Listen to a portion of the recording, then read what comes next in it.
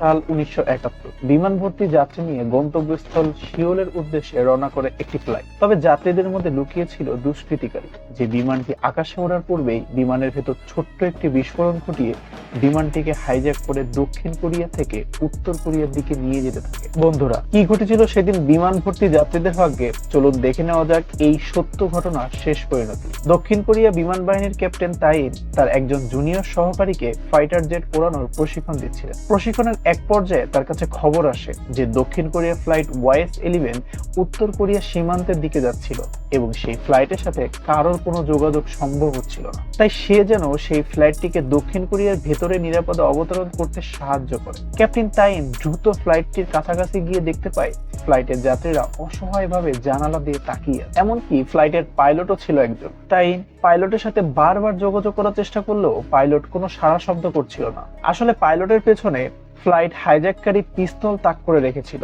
Captain তাইন শত চেষ্টা করেও কোনো কিছু করতে না পারায় উপর মহল থেকে তার কাছে নির্দেশ আসে যে ফ্লাইটটিকে যেন কোনো মতেই উত্তর কোরিয়া সীমান্তে ঢুকতে না দেওয়া হয়। কিন্তু তবুও ফ্লাইটটি উত্তর কোরিয়ার দিকে যেতে থাকায় উপর মহল থেকে সরাসরি নির্দেশ দেয় যে প্লেনটির ইঞ্জিনে ফায়ার করে ফ্লাইটটিকে যেন দক্ষিণ কোরিয়ার ভিতরে ভূপাতিত করা হয়। এরপর ক্যাপ্টেন তাইন ইঞ্জিন লক্ষ্য করে তার ফাইট জেটটি নিশানা করলেও প্লেনের ভেতরে থাকা সাধারণ যাত্রীদের কথা চিন্তা করে গুলি করা থেকে বিরত থাকে। পরবর্তীতে ফ্লাইটটির উত্তর কোরিয়ার ভেতরে ঢুকে পড়ে। ক্যাপ্টেন তাইনকে আদেশ অমান্য করার অপরাধে চাকরিচ্যুত করা হয়। অবশ্য এতে তার বাড়ির সামনে সাধারণ মানুষজন মিলে তাকে অপমান করার জন্য দেয়ালে আজে বাজে গালিগালাজ লিখে রেখেছে। তবুও সে বাড়ি ফিরে তার ফ্যামিলির সাথে স্বাভাবিক জীবনযাপন করার চেষ্টা করতে থাকে। এদিকে আমরা দেখতে পাই দক্ষিণ কোরিয়া জেল থেকে ইয়ংডে নামক এক ছেলেকে জামিন দেওয়া হয়। অন্যদিকে কিছুদিন পর হাইজ্যাক করা প্লেনের যাত্রীদেরকে উত্তর কোরিয়া থেকে দক্ষিণ কোরিয়ায় ফেরত পাঠানো হয়। এখানে আমরা দেখতে পাই সাবেক বিমান বাহিনীর ক্যাপ্টেন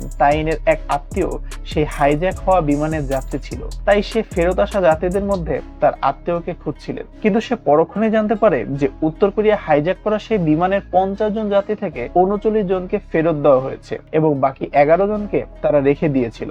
আর সেই 11 জনের মধ্যে তাইনের আত্মীয় ছিল।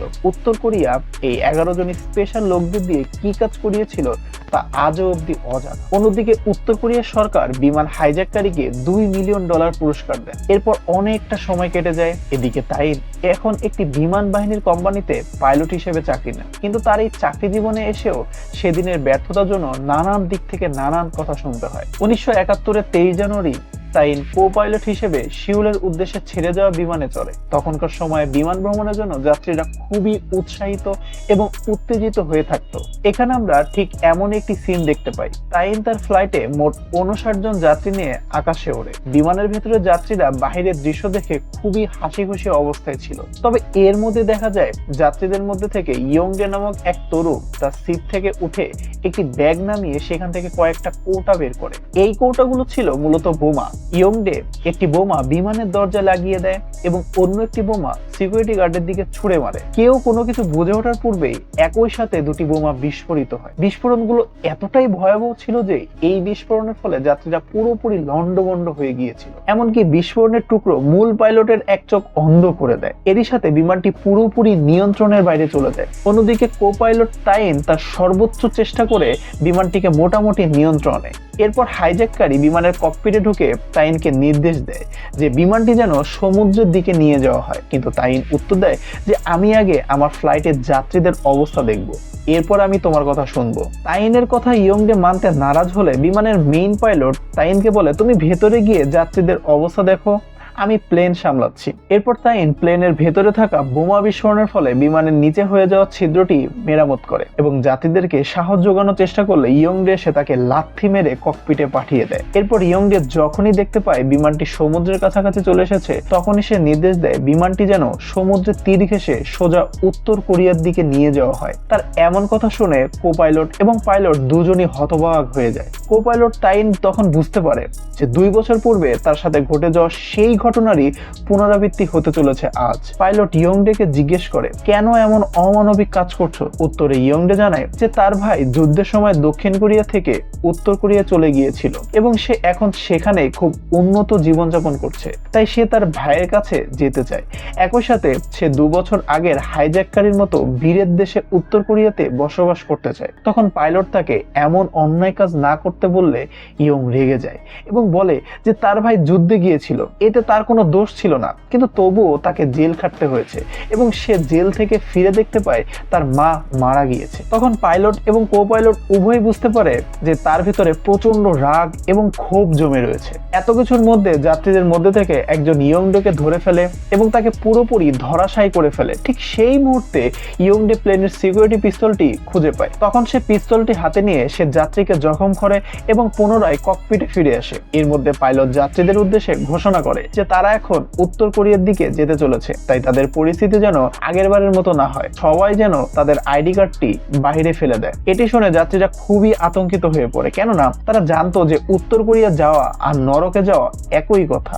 তবু অনেকেই তাদের আইডি কার্ডটি বাইরে ফেলে দেয়। এর মধ্যে তাইন প্লেনের ইমার্জেন্সি বাটনটি চেপে দেয়। সাথে সাথে ইয়ংডে প্লেনের ককপিটে ফিরে আসে এবং প্লেন ঝাঁকি খাওয়ার কারণ জানতে চায়। তখন পাইলট তাকে বলে যে আমরা ইতিমধ্যে উত্তর কোরিয়া চলে এসেছি এবং প্লেনের ফুয়েল কমে গিয়েছে, তাই ইমার্জেন্সি অ্যালার্টের জন্য প্লেনটি ঝাঁকি খেয়েছিল। কিন্তু ইয়ংডে তার কথা অবিশ্বাস করেছিল। পরে তাইন তাকে বিষয়টি গুরুত্বের সাথে নিতে বলে এবং প্লেনটিকে এই মুহূর্তে যে কোনো জায়গায় অবতরণ করানোর কথা বলেন। তখন ইয়ংডে প্লেনের জানালা থেকে নিচে তাকিয়ে দেখে তারা এখনো উত্তর কোরিয়া প্রবেশই করেনি। পাইলট এবং কো পাইলট মিলে তাকে ধোঁকা দিচ্ছিল। এর মধ্যে তাইন পাহাড়ের মধ্যে একটি রানওয়ে দেখতে পায়। তার প্লেনটি সেখানে নামতে থাকে, কিন্তু ইয়ংডে তাকে বারবার হুমকি দিচ্ছিল যে সে যেন এই কাজ না করে। তবুও তাইন প্লেনটিকে রানওয়েতে ল্যান্ডিং করায়, কিন্তু ইয়ংডে এর মধ্যে বড় বড় হুমকি দিতে থাকায় সে পুনরায় ফ্লাইটটিকে আকাশে তুলে নেয়। এরপর ইয়ংডে একটি বোমা বের করে যাত্রীদের মধ্যে একজনের হাতে ধরিয়ে দেয় এবং সে তাকে বলে যে বোমাটি যেন সে শক্ত করে ধরে থাকে,